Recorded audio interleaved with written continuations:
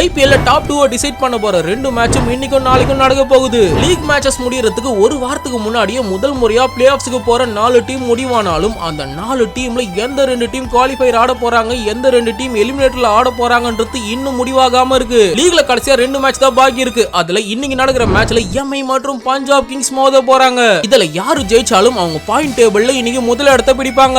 And குவாலிஃபைர் 1ல ஆட போறத கன்ஃபார்மும் பண்ணுவாங்க. எம்ஐ இந்த மேட்ச்ல ஜெயிச்சா 18 பாயிண்ட் எடுத்திருப்பாங்க. அவங்க ரன் ரேட் ஆல்ரெடி பயங்கரமா இருக்கிறதால அதே 18 பாயிண்ட்ல இருக்கிற ஜிடியை விட மேல முடிப்பாங்க. ஒருவேளை நாளைக்கு நடக்கிற எல்எஸ்டி மற்றும் ஆர்சிபி மேட்ச்ல ஆர்சிபி ஜெயிச்சா எம்ஐ 2ஆம் இடத்துக்கு போவாங்க. அப்போ குவாலிஃபயர் 1ல ஆர்சிபி மற்றும் எம்ஐ மோதுவாங்க. அதுவே நாளைக்கு மேட்ச்ல ஆர்சிபி தோல்வி அடைஞ்சா டாப் ஆஃப் தி டேபிள்ல இந்த லீக முடிச்சு குவாலிஃபயர் 1ல ஜிடி கூட மோதுவாங்க எம்ஐ. இதேதான் கிட்டத்தட்ட பஞ்சாப் கிங்ஸ்க்கும். அவங்க இன்னைக்கு மேட்ச்ல ஜெயிச்சா 19 பாயிண்டோட டாப் ஆஃப் தி டேபிள் போவாங்க. இப்படி நடந்து நாளைக்கு மேட்ச்ல ஆர்சிபி ஜெயிச்சாலும் அவங்க மிகப்பெரிய ரன் வித்தியாசத்துல ஜெயிக்கலனா ரன் ரேட் அடிப்படையில பஞ்சாப் கிங்ஸ் முதல் இடத்திலே நீடிப்பாங்க. குவாலிஃபயர் 1ல பஞ்சாப் கிங்ஸ் மற்றும் ஆர்சிபி மோதுவாங்க. அதுவே நாளைக்கு மேட்ச்ல ஆர்சிபி தோல்வி அடைஞ்சா ஜிடி கூட குவாலிஃபயர் 1ல மோதுவாங்க Punjab kings. So MI, RCB, Punjab kings இந்த 3 டீமும் அவங்க குவாலிஃபயர் 1ல ஆட போறாங்களா இல்ல எலிமினேட்டர்ல ஆட போறாங்களான்றது அவங்க கையில இருக்கு. ஆனா ஜிடியோட தலையெழுத்து ஆர்சிபி கையில இருக்கு. ஆர்சிபி ஆசலுட் இல்லாம கொஞ்சம் மேட்ச் கஷ்டப்பட்டுக்கிட்டு இருந்தாங்க.